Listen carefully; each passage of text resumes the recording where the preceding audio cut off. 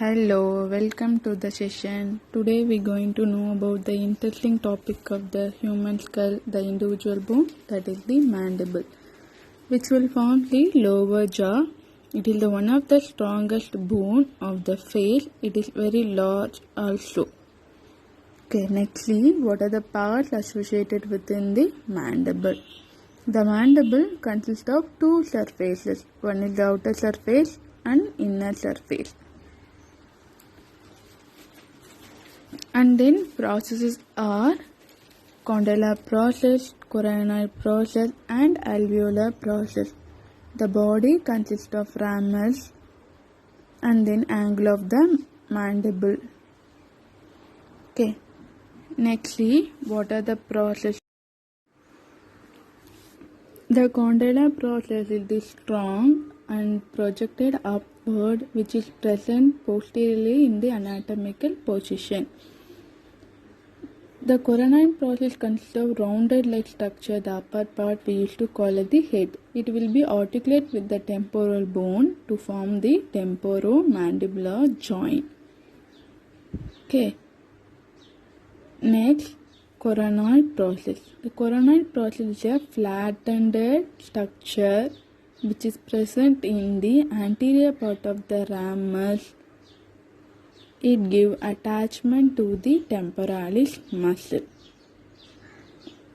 Now see the surfaces in detail.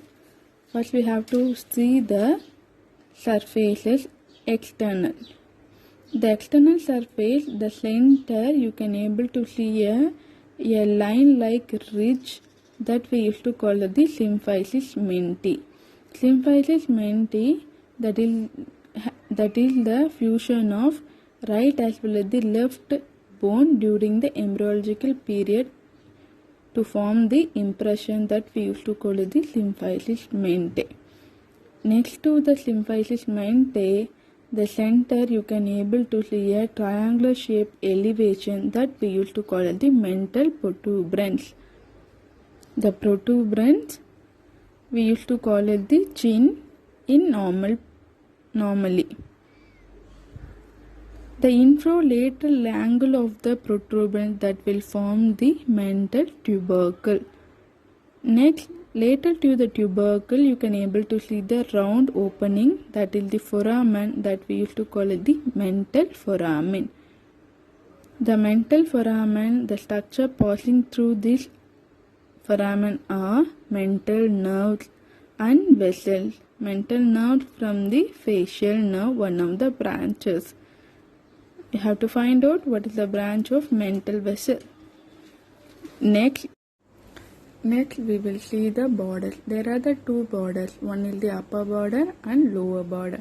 Upper border to form the alveolar teeth socket. The lower border which will form the prominence of the face that will give attachment for the platysma muscle. We used to call it the base of the mandible. It is one of the viva based spotter question. There is the extension of the line which is the continuation of the anterior border or else the upper border of the ramus comes downward till the mental tubercle. We used to call it the oblique line. These oblique line which give the attachment for the muscle. Next you can able to see the center of the symphysis menti. You can able to see a small depression that we used to call it the incisive fossa. Between the condylar as well as the coronoid process, you can able to see a U-shaped structure that we used to call it the mandibular notch. It gives passage for the muscular nerves as well as the vessels.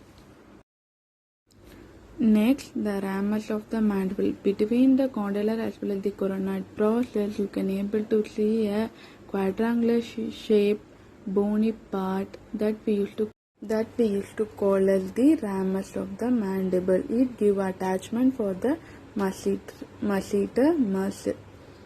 Okay. It is also an important spotter question. Okay, let's we continue the internal surface part 2. Please do watch and subscribe.